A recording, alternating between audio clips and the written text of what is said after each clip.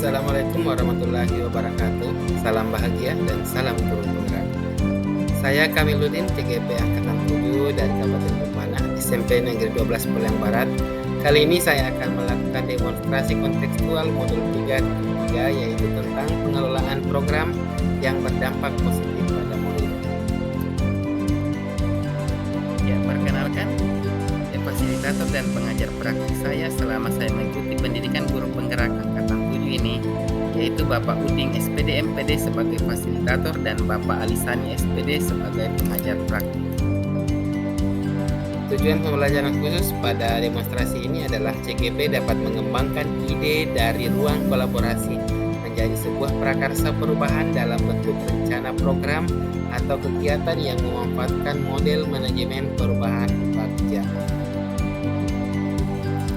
Dasar filosofi Ki Hajar Dewantara yaitu maksud pengajaran dan pendidikan yang berguna untuk memberi kehidupan bersama adalah memerdekakan manusia sebagai anggota persatuan atau rakyat.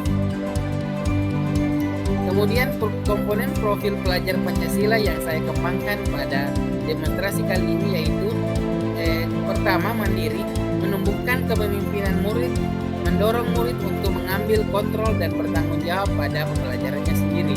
Kemudian yang kedua, kreatif, menumbuh kembangkan kreativitas sehingga murid mampu memodifikasi dan menghasilkan sesuatu yang bermakna dan berdampak. Kemudian yang ketiga, bernalar kritis, menumbuh kembangkan kepemimpinan murid akan mendorong murid berpikir yang sistematis dan terbuka. Kemudian karakteristik lingkungan pendukung tumbuhnya kepemimpinan murid yang akan dikembangkan yaitu ada dua. Yang pertama, lingkungan yang mengembangkan keterampilan berinteraksi sosial secara positif, aktif dan bijaksana dan menjunjung tinggi nilai-nilai kebajikan yang dibangun oleh sekolah. Yang kedua, lingkungan yang menempatkan murid sedemikian rupa sehingga mampu menunjukkan kepercayaan diri murid untuk berbicara menyampaikan informasi positif di hadapan publik. Kemudian prakarsa perubahan yaitu mewujudkan lingkungan yang dapat meningkatkan kepercayaan diri murid agar terlibat aktif dalam proses belajarnya sendiri dan melatih keterampilan berinteraksi sosial melalui program berani menyampaikan informasi positif di hadapan publik pada saat pembawa apel pagi atau apel siang. Kemudian perumusan strategi pelaksanaan program mengacu pada pendekatan yang digunakan yaitu inquiry apresiatif melalui desain Bagja.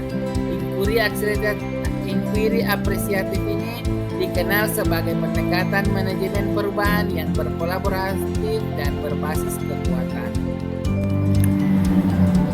Berikut penjabaran prakarsa perubahan yang saya akan lakukan dengan pendekatan Bagja. Yang pertama adalah B buat pertanyaan utama. Pertanyaan utamanya adalah bagaimana melatih kepercayaan diri murid agar mampu berbicara di depan audiens atau publik.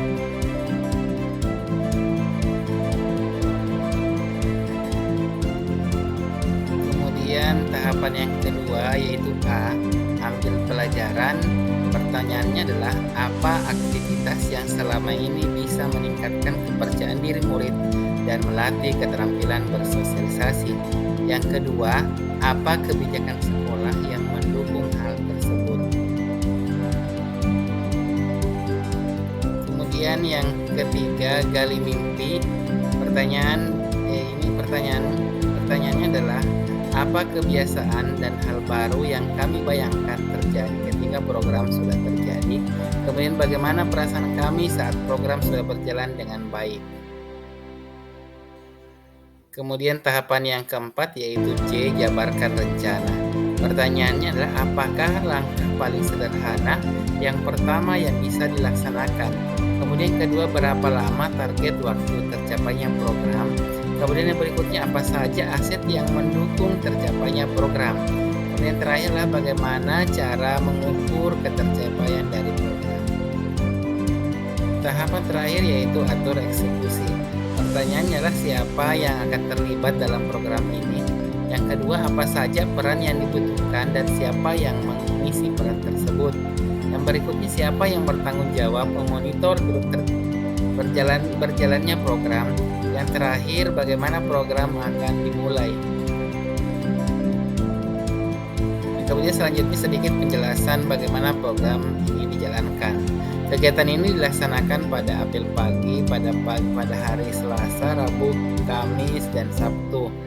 Kemudian yang kedua, setiap hari tersebut satu orang siswa mewakili untuk maju berbicara depan sebagai pemateri atau membagi informasi positif kepada semua siswa. Kemudian yang ketiga, setiap siswa yang tampil bergantian setiap kelas di hari-hari berikutnya. Kemudian selanjutnya siswa yang mewakili kelas dijadwalkan oleh wali kelasnya masing-masing. Assalamualaikum warahmatullahi wabarakatuh.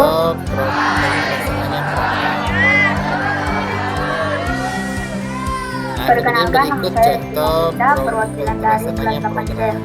Teman-teman sekalian, hal yang ingin saya sampaikan pada kesempatan kali ini erat kaitannya dengan segala aktivitas kita sebagai seorang pelajar. Sebagai seorang pelajar, tentunya kita memiliki kewajiban utama, yaitu belajar. Akan tetapi, kita sering bermalas-malasan dalam melakukan kewajiban kita itu.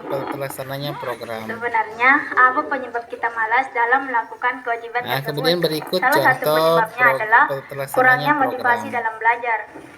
Motivasi adalah dorongan yang menjadikan kita memiliki kemauan untuk melakukan suatu kegiatan atau aktivitas tertentu.